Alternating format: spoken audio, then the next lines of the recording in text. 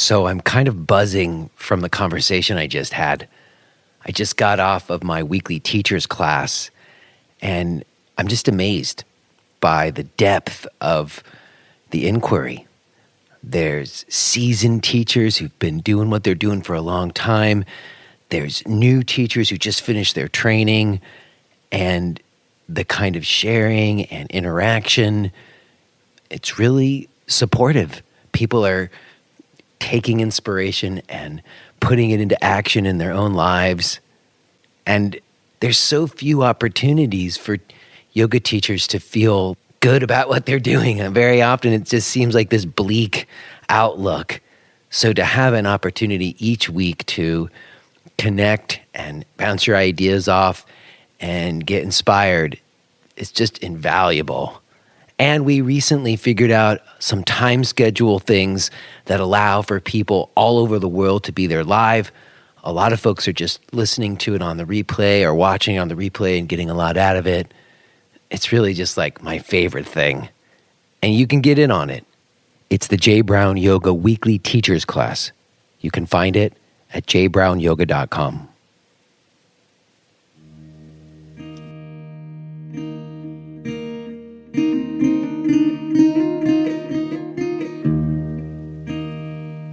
Okay, here we are. This is J. Brown Yoga Talks podcast. My name is J. Brown. Welcome if you're new, and thanks if you are returning. How's everybody doing? Those of you who were around last week might remember I was in a bit of a, shall we say, depleted state. I want to thank everybody for all those lovely notes. And not to worry, everything is fine between me and my wife. Some folks pointed back to, that one episode, maybe some of you remember when I first moved and I was really stressed and I kind of lost it on my wife and people seemed a little bit concerned. I just want to let everybody know there's nothing to worry about and everything is fine. It's amazing how things can shift. Right now, I am coming to you from Cape Elizabeth, Maine. I'm going to be teaching in Portland, Maine this weekend. I'm staying here at my friend Jennifer and Clint's place, and I'm looking out the window, and I'm basically in a forest. It's quiet. I have no children that I need to be tending to. It's sort of like the complete opposite of where I was last week when I was with you. The last few days have been incredibly hectic. My wife was out of town. I'm solo parenting. I'm trying to keep on top of all my other responsibilities at the same time. And, the night before last, one of my daughters wakes up in the middle of the night and her ear is hurting. And so we're kind of up all night and, just all of it. I'm sure my fellow parents out there know how shit can just get hairy sometimes. Well, I had a very hairy few days. I managed to make it all happen, but barely.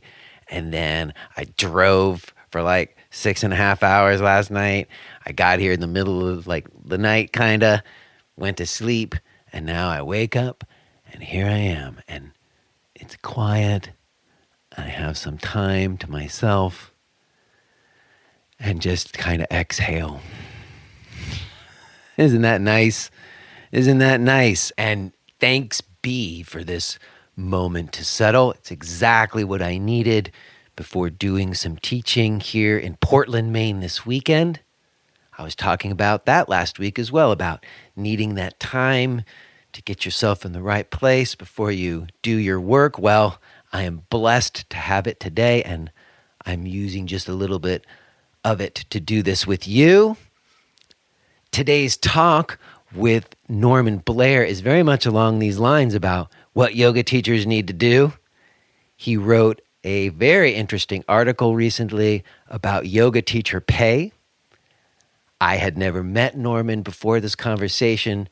We do have many mutual friends, and I discovered how much we see eye to eye on a lot of things. We get into some important and I think valuable areas of inquiry in today's conversation. I'm excited for you to hear it. Also, I have a surprise guest for you next week. A very surprise guest, which I'm going to tell you about shortly. First, I want to say something to those of you who are interested in the subtler aspects of practice. You're maybe a little bit disenchanted with just trying to tone your body, and you want to know more about the depths of yoga practice. Well, one thing that you could do is study some history and philosophies of yoga. I know some of us had like our 20 hours in our teacher training, and we like memorized yamas and niyamas, but that really doesn't generally get us to what I think of as the more important inquiries and where some real transformation can happen in terms of people's thinking. I want to recommend that you check out Yogic Studies. Yogic Studies is the educational resource of Seth Powell. Seth has been on the show before. You should go back and listen to that episode. I took Seth's course. I got a lot out of it. And I really think that he has a way of making the texts and Sanskrit and some of the important scholarship that's happening these days. He makes all of that stuff more accessible, and he presents it in a way that's very digestible, and you can really make it your own. And I think it really serves to deepen a person's practice and teaching. And as a listener of this show, you can get 15% off if you use promo code JBrown15. That's 15% off with promo code JBrown15. Go to yogicstudies.com. Also, to all of you studio owners and managers out there, I'm betting you're using MindBody Online, aren't you? And you've often wondered if there was an alternative, but it's a sort of scary idea that your operations are going to be switched over to something else because, maybe it's not going to be better, and, so I'll just stick with this, even though they keep raising my rates, and it seems like there's all this stuff in there that I don't use, and it's kind of a bitch to train everybody on it. Well, listen, if that's you, I've got an answer. It's KarmaSoft. Those of you who've been listening for a long time, you've heard me talk about KarmaSoft before. It's a complete online studio management solution. It's the software that I used when I had my yoga center in Brooklyn. And in my opinion, it's by far superior than MindBody Online. The owner of KarmaSoft, Rudy Senecal, he's been on the show. Go back and listen to that episode too. And he just runs the company in a way that I think is more in line with how yoga people want to run their businesses. You get to deal directly with him and not like a big corporate PR thing. So in any case, if you have to do that work of scheduling and accounting and running a studio, I think you can make your job a lot easier by using KarmaSoft. Go check it out. Go to karmasoftonline.com. Let me also drop my stuff real quick. I am going to be in Williamsburg, Brooklyn, March 16th. I'll be teaching a workshop in the afternoon and doing a live podcast event in the evening. And for everybody who reached out to me about that, there is now a registration link up. You can go ahead and register for the workshop. But even if you can't come to the workshop in the afternoon, I'm doing this live podcast event in the evening, which is totally free. Anybody can come. And I've got already a pretty amazing crew of people who will be joining me. Amy Matthews is going to be there. Sam Chase is going to be there, and others. And you, as an audience member, will have an opportunity to get up on the mic and be part of the conversation as well if you want. It's going to be super fun. I encourage you to come hang out at the old spot in Williamsburg, Brooklyn. You can find out about that along with my other gigs and the archives of this podcast and my blog and all of my online yoga video stuff. Everything can be found at jbrownyoga.com. Okay, so I have a very special guest next week. Rama Jyoti Vernon will be here next week, my friends. Do you know who Rama Jyoti Vernon is? Some of you do, but maybe some of you don't. You will next week. I highly encourage being here for that. It was a very monumental conversation for me, and I just want to let you know that that's happening. Maybe I'll say a little bit more about it on the other side, but next week, Rama Jyoti Vernon, not to be missed. Okay, I think that's going to be good. I will touch base with you on the other side over the Ramajoti Vernon episode, as well as a few other things.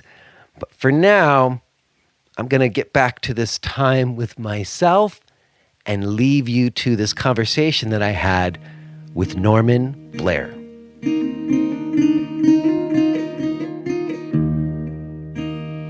Hello? Hello, can you hear me? I can. Was your sound turned off or something? Yeah, can you hear me? I can hear you just fine. Great. How are you, Jay? I'm doing okay. How are you? I'm all right, thank you, yeah. So, you're happy with the sound levels, yeah? They seem okay. Are you on a set of headphones right now? No, I'm just sitting in front of the computer, which personally I prefer, if that's okay with you. I mean, that is okay, but sometimes if you have a set of headphones, we'll definitely get a better audio signal. Usually, but if it feels like you don't want to do that, that's fine too. We can just go with this. Yeah, I'm more comfortable, I think, just sitting like this.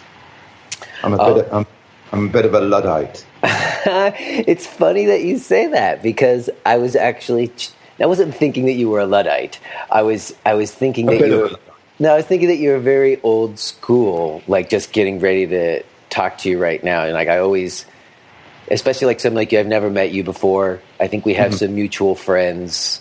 Yes. So, I was online. I was like doing some searching around and trying to see if I could learn a little bit about you before we talked. And I just thought, oh, wow, it seems like we've developed in our time as yoga people in a parallel way. And you are kind of what I thought old school. And the tip-off for me was the way that your posts, essentially blog posts, I would call them, but you have them on your site as PDF attachments. Yes. And that's a dead giveaway, man. It's a dead giveaway. That's really old school. Yeah. I get slightly irritated when people call them blogs. And I'm like, no, it's an article. I know. Well, but there was kind of a heyday of, yoga blogosphere for a while after WordPress hit. Yes. But I know what you mean. And I do write something every month, and I try to keep it as actually a piece of writing and not like a bunch of sentence fragments or something, with hashtags or whatever. So this feels like, when I write, I rewrite and I rewrite and I rewrite. So being interviewed live like this is taking me out of my comfort zone. Oh, well, I mean, I appreciate that you gave me some of your time, and I hope it's not an uncomfortable, out of comfort zone time. And I just, I read that one of the more recent pieces that you wrote about, teacher pay. And it just obviously came from a perspective of someone who knows yoga before the internet and after the internet. Before the internet. I mean, it's kind of, again, for me, I have like a little nose or alarm that goes off when I come across something like that, because, I don't know that you listen to this podcast, but I started a few years ago, basically after I sold this yoga center I had for 10 years in Williamsburg, Brooklyn. And I was just kind of trying to sort through, like when I started the yoga center, we were in a certain place in the yoga world. And then I was kind of in this bubble for 10 years. And when I emerged from that bubble, like it was quite a different landscape. And I've spent the last, year and a half or so kind of traveling, doing a lot of international teaching, doing this podcast and talking to a lot of people, and just sort of like, how do we get from like people's living rooms and church basements and at this totally underground thing to like this mainstream thing it is now, Yeah, one of the things I really feel is almost like as yoga becomes more mainstream, it becomes more like the mainstream. And there's a teacher that I know who I'm very fond of. Maybe you come across Leela Miller. I'm familiar with her. Yeah, and I remember, Leela saying about, when she first started practicing, which is probably like, I don't know, early 1980s, it was only hippies and weirdos that did it. And now it's like hedge fund managers and bankers. Well, yeah. And I think also it just seems to me that folks like us did kind of come into it at a particular time where I don't know. People felt it. It was only newly a thing that there was kind of a profession or a career around yoga. Like you said, it was all kind of hippies and dropouts or something. Yeah. But at a certain point, it did. I remember I started practicing in the early '90s in New York, and I read in your bio that you started practicing in the early '90s too. But I'm assuming it was on the other side of the pond in the UK. It was. But funnily enough, my partner's from just up the road from you. Walsall. She's from Maine. Portland, Maine. Well, how about that? That's a little bit up there, but that's not too far. She's from this area in general, and she's over there in the UK with you now. Though, when did you guys meet? About 6-7 years ago. I was going to say there's another. We've been recorded, by the way. Yes, we started. This is it. This already started. Okay. This is it. This is the conversation. Is that okay? Yes, that's fine. It's funny.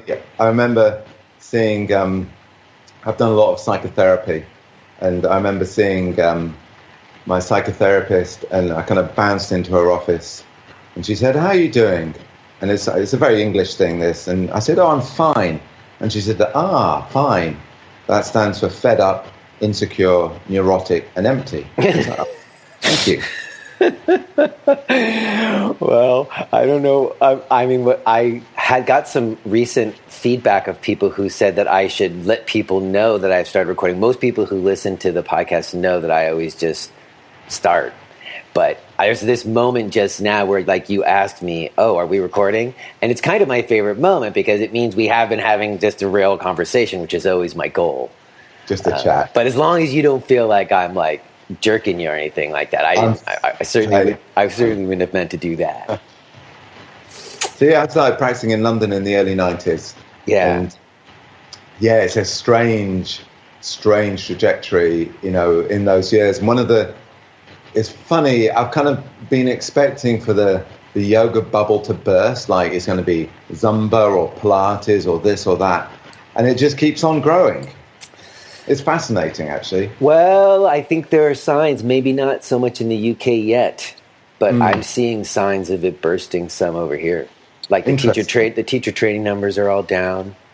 And I think some of the model that you're kind of critiquing in your piece in terms of yoga centers and how yoga teachers are getting paid is improving very sustainable because it relies upon some kind of growth model that doesn't make sense for yoga.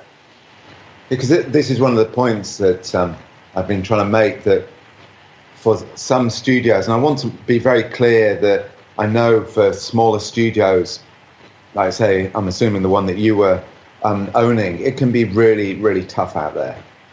So I'm trying to make a division between like the smaller studios and the larger, the more expansive studios. I know, I can appreciate that distinction. I sometimes have called it, there's like the indies, and then there's full-on corp, like VC-backed, and then there's somewhere in the middle, like indie corp, I sometimes call it. But maybe wait, before we go all the way there, we jumped right to it. That's cool, but I want to, no, that's cool. That's what we're here to talk about. But I want to set a little groundwork because you and I both have a perspective on that. And a lot of people who listen to this are sometimes coming into yoga after the internet and are newer and don't really, honestly, people haven't heard, don't know how we got here always. And I think it's important for us to know how we got here if we're going to figure out some better ways to move forward. Sure. Yeah, definitely. So in the early 90s in the UK, I'm imagining there wasn't like a lot of yoga centers or places you just went and dropped into yoga classes. So how do you end up in a yoga class in the early 90s? So I first went to a yoga class in 1991 at a centre in East London that was run by a Buddhist group. And I went there because I was taken there by a friend because she thought it'd be good for me. And I'd have thought that's a fairly common story. And so I went a few times and I stopped going. And then in spring of 1993, a friend of mine was doing a teacher training, an Iyengar teacher training. and she needed a group of students as part of her training. So I was like, yeah, I'll come along. So it was great, Jay, because it was literally maybe 4, 5, 6 of us in a living room. And this continued until the end of the 90s, a really wonderful way to learn. And after her training, she then converted to Ashtanga. So I was learning Ashtanga from 94, 95, something like that. Hmm. And this teacher who went from Iyengar to Ashtanga, did she communicate why she made that shift? She probably, I need to be careful here. Yeah. She probably enjoyed it more. But I love Iyengar, and I go regularly to an Iyengar teacher, and I really appreciate all that I learn from him. Well, you seem to be quite a bit of like a person who's able to like be in lots of different, I want to say camps, but I don't want to say camps.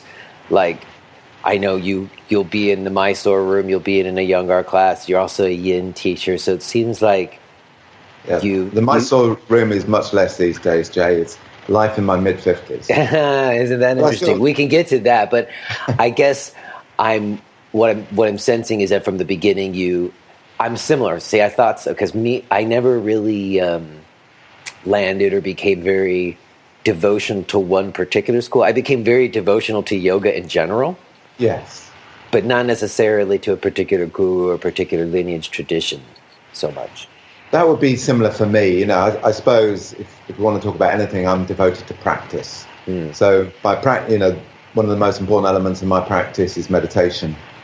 And also, I've done a lot of psychotherapy, and I think it's all about self-inquiry and examination and looking at how we can change our settings, transform ourselves. I agree. And for me, it always has to do with teachers. Like, there's just certain people I met who at certain times had something I really needed to or wanted to learn. And then studying with them made sense and was important for me. Yeah, I've had the great privilege of having contact with some really amazing teachers over the years, and I've learned a great deal from them, and I continue to learn. And when did you start to think about teaching? I kind of fell into it. I kind of fell into it in the fires of personal heartbreak, and it was just, I can remember talking to a friend at the end of the 90s who had just started teaching, and she was like, what do you think about it? And I was like, oh, absolutely not. And then in autumn of 2001, I was having some heartbreak, and out of that, I started teaching yoga. And I kind of gave myself 6 months to just see how it would go in terms of would I financially manage, and also, most importantly, was I enjoying what I'm doing? And I think that's one of the essential things with teaching yoga, that we have to, it's like, and I kind of mentioned it in the article, it's teaching from a place of love. What were you doing to pay your rent at that time? Exactly. So that was, in the personal heartbreak, I was suddenly needing to get some money together to pay rent. And that is what I thought in terms of I'd start teaching yoga. See, and did you land gigs right away? How easy was it to start teaching yoga? I know for me it was pretty easy. Similar, Jay, that I was quite well connected in terms of quite a few people I knew were already teaching. But this is one of the points that, when I'm run trainings or I'm talking to other people in 2001, it felt like there were a lot of classes available and not so many teachers. So this whole thing of demand and supply is important. That's what I was going to say, that there was more yoga classes starting to come about because more and more people were interested, but there wasn't as many yoga teachers. That's for sure. Yeah. And I remember back at that time around, 2000, maybe through 2003, I made like more money as an independent teacher at that time than I think an independent teacher could make now. It was I think there's so many different situations, aren't there? So one of the things for myself in terms of my teaching now is that my partner and I have got a small studio at home. Uh-huh. So this is great. So we have a small studio, and I've taught classes here and workshops, but predominantly these days we run courses, and it's wonderful. The daily commute is fantastic. It's just walking upstairs. So, Yes. Well, same with New York, but London, big place. I mean, I'm a big proponent of that these days, of teachers kind of finding their own spaces or alternative spaces, because you don't need as many people and you end up making more money. But at the same time, it comes back to what we're getting at, though, is you and I we do have kind of a right time, right place advantage. Yes. Because we came in to do teaching at that time in the early 2000s when it was not as like it is now. And it was a different scenario. What was the first classes you taught at? Were they at like a center or a gym or? Yeah, there was what was it? Fitness First in Tottenham, and the YMCA down at the Barbican. Yeah, mine was at the YMCA. Oh, really? Yeah, I taught at the YMCA in Greenpoint, Brooklyn. That was my first ever group yoga classes. Sadly, the YMCA at the Barbican's now closed, and places like at that time it'd be like Holmes Place and leisure centres. There's a big leisure centre near here called the Sobel, which I really love teaching at because it's, very just straightforward, normal, ordinary people. And so how long after you started teaching the class at the YMCA and these other spots were you able to feel like you were actually making your way as a yoga teacher, or have you had to do other things for money? So after 6 months, it was, I'm doing okay. Yeah. So it took, in terms of my own teaching, it took a while to slowly kind of build up classes, start getting my own classes, how you were talking about having your own independent classes, start to run workshops, start to do like one-day trainings, and then I started running I teach these 5-day courses, which I started in 2013. So I feel it's been quite a slow, organic process. And there are many reasons for that. And I think, just coming back to one of the points you're making, Jay, I think it's very important for us to, realize how fortunate we've been. And for many people who are younger, life is a lot tougher. I'm very lucky. I bought a house in London in 1997. House prices were cheap then, relatively. Mm-hmm. I know. I have a lot of folks who are kind of coming in on this weekly teachers call that I do. It's kind of like an opportunity for teachers to talk to other teachers, because some folks feel really isolated and have people to talk to out there. Mm-hmm. And we have all these conversations, and they're always asking me, like, how did you do what you did? And I sometimes I feel like, well, I don't think you can do what I did now. It's just a really, like you said, different time. I know back when, like, seems like I just had really low overhead. I had an apartment in the Lower East Side of Manhattan for $400 a month. Wow. For like 10 years. So I didn't need to make a lot of money. That doesn't exist anymore in Manhattan. That doesn't it's gone. So that's one of the reasons that I published that article, because I feel that I have the privilege. So it's almost like that gives me the freedom to speak up. Yes, I know. But, I don't know. I actually had a few points I might take issue with you on, but not in a totally friendly way. But, like, I guess I'm with you. So let's get there. Let's get to why you wrote the thing. Because since that time when you started out and I started out, and it was sort of easier, and within 6 months you were actually making a bit of money enough to feel like, okay, I can do this, which that must have taken something, though. You must have started teaching somewhere, and it wasn't in your living room to start, or was it? Like, No, it wasn't in my living room. It was out in studios, leisure centres, fitness clubs. Right.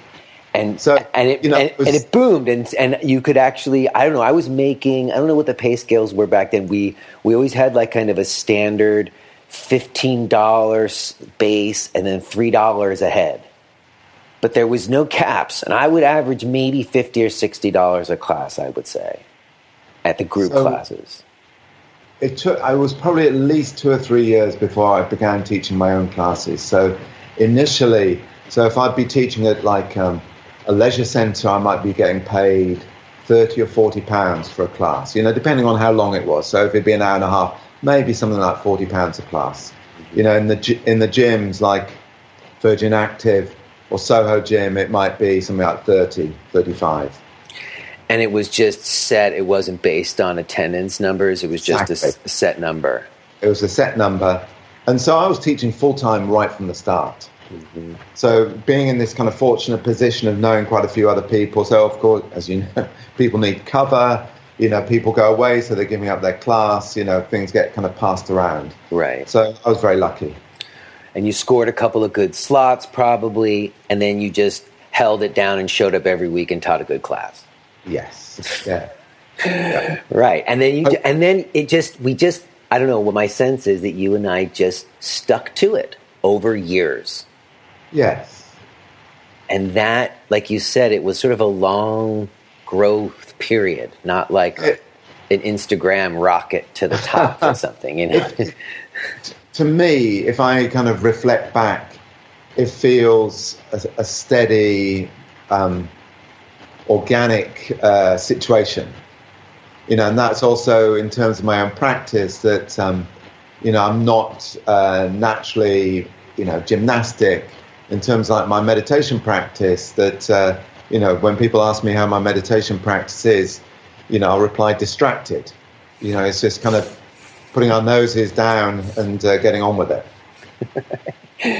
Well, let's talk a little bit about your practice then. So what on your website it said you basically teach yin yoga now, or do you not identify with particularly one particular approach?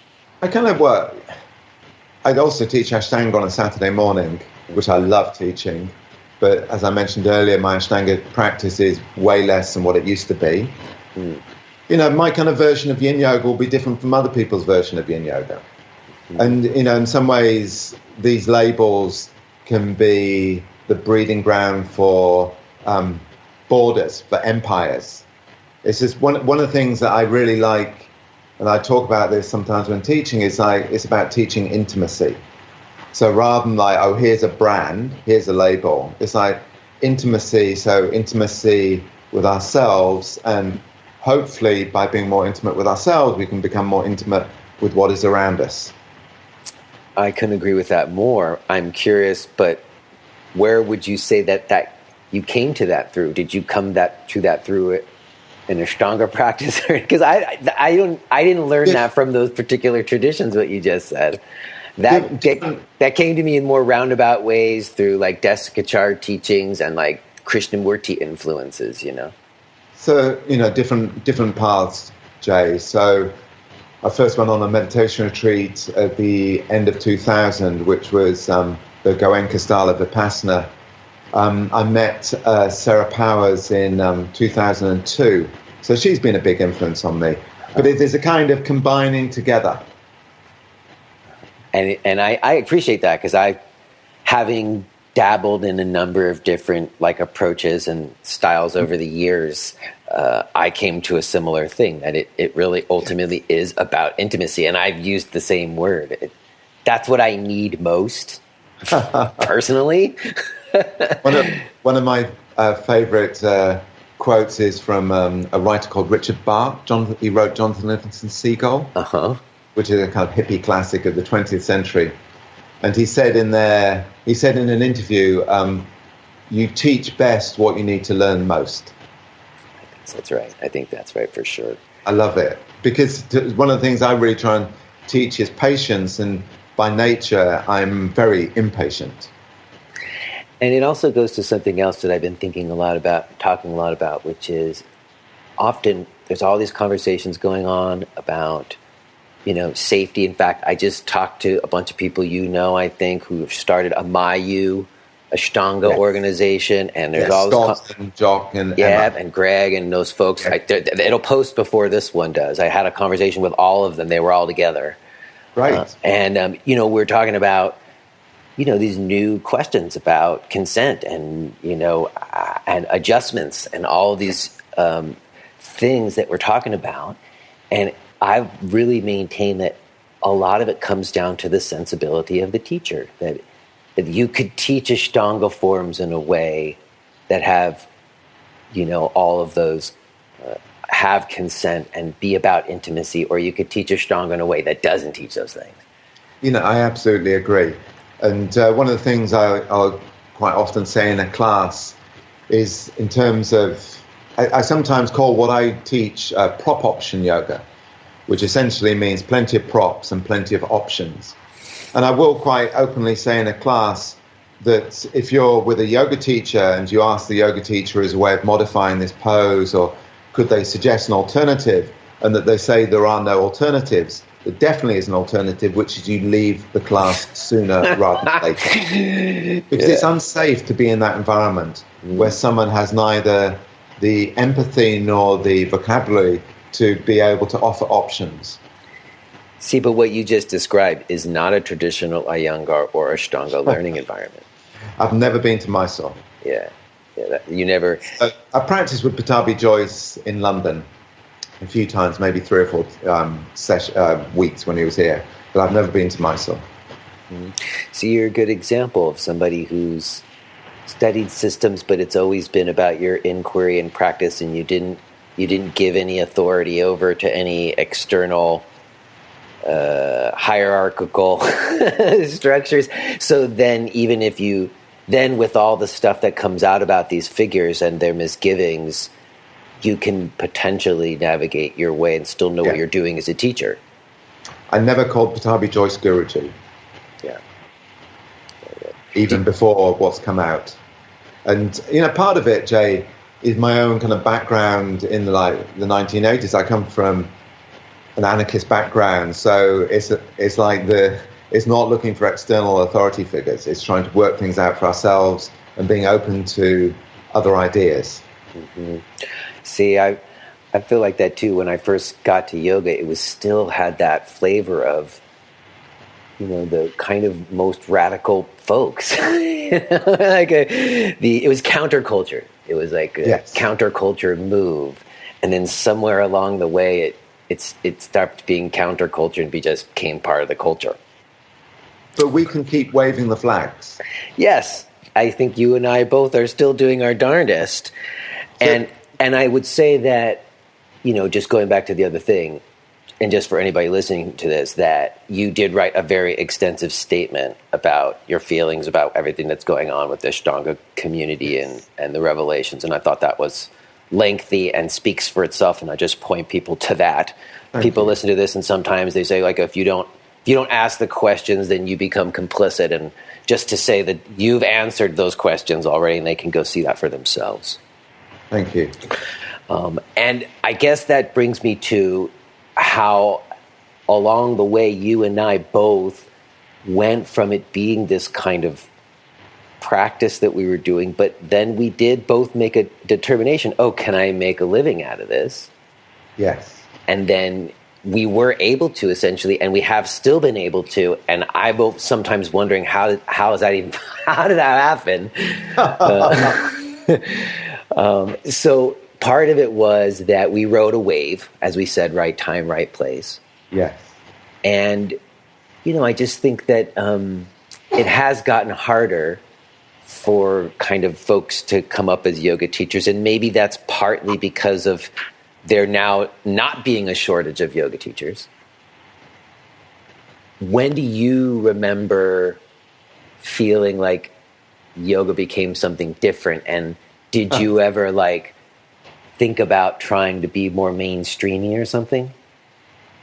I'm not sure. It just seems to get bigger and bigger, I suppose. We could perhaps talk about things like Instagram and social media and Lululemon.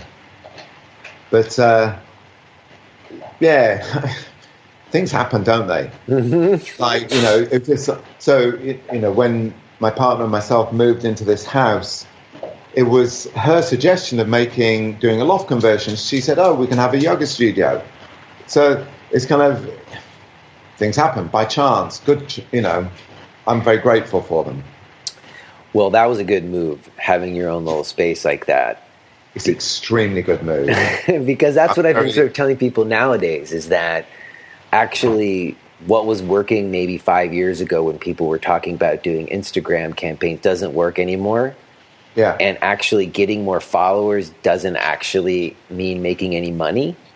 Yeah. And I even had like Yoga Girl, who's like the biggest Instagram yoga person on. She said the same thing. Like she had to get some smart people to waylay that into a way to make money. And that in a way, having like a smaller group of people, like a small email list of people who are really into what you do is more sustainable. Having a little space of your own where 5 to 10 people come every week for years and pay probably a little less than they would pay at the center, but you make 3 times as much. Exactly.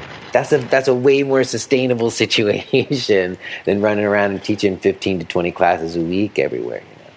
When people, like I've on occasion done it in the past of like teaching. I think the most I taught in a week was perhaps something like 16, 17 classes, and I was whacked. Mm-hmm.